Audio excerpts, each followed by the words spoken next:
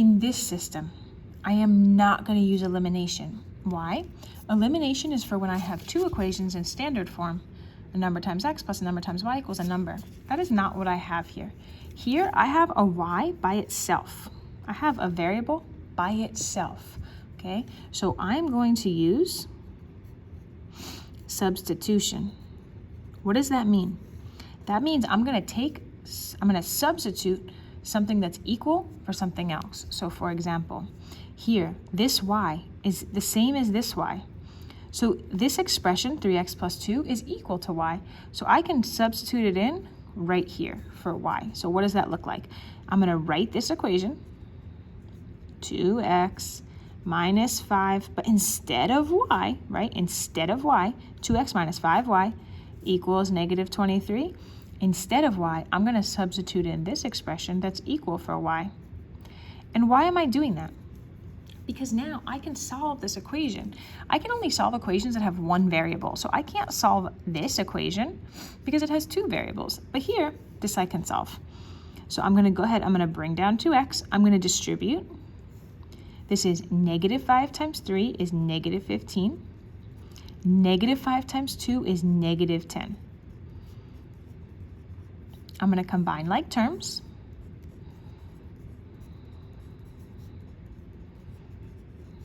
I'm going to add 10 to both sides. I'm trying to get x by itself.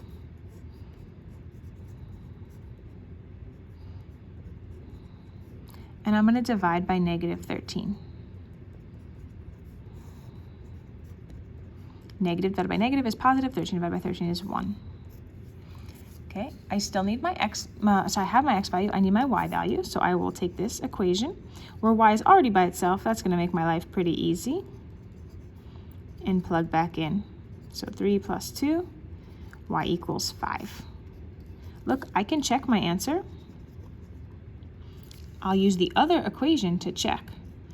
2 times x minus 5 times y equals negative 23. This becomes 2 minus 25 equals negative 23. That's true. 2 minus 25 does equal negative 23. So there's my answer. Last one. It says solve the system, and in this case, I only have to give the x value. So that's cool.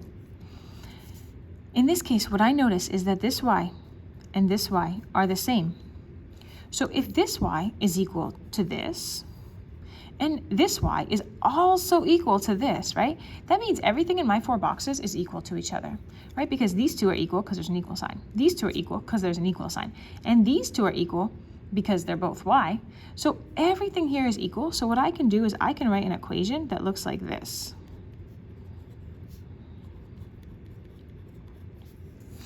Okay, now I want to solve. I could subtract 7x from both sides, or I could add 3x to both sides. Either way, what I need to do is get all my x's to one side. I'm going to choose to add 3x to both sides. 7 plus 3 is 10. This is 14.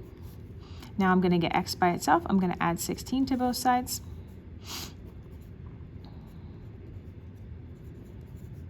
I'm going to divide by 10. And I get x equals 3. Now, I'm done, right? Because it only asked me for the x value. If I wanted to check my work, what I would do is I would plug in the x value into both equations and make sure I get the same y value for both, because that would tell me that my work is correct. So I'm just going to do that really quick. This is how you would find the y value as well. In this case, the question is not asking you for it, right? But look, see what this equals. This is 21 minus 16, which is 5. This is negative 9 plus 14, which is also 5. So I'm good.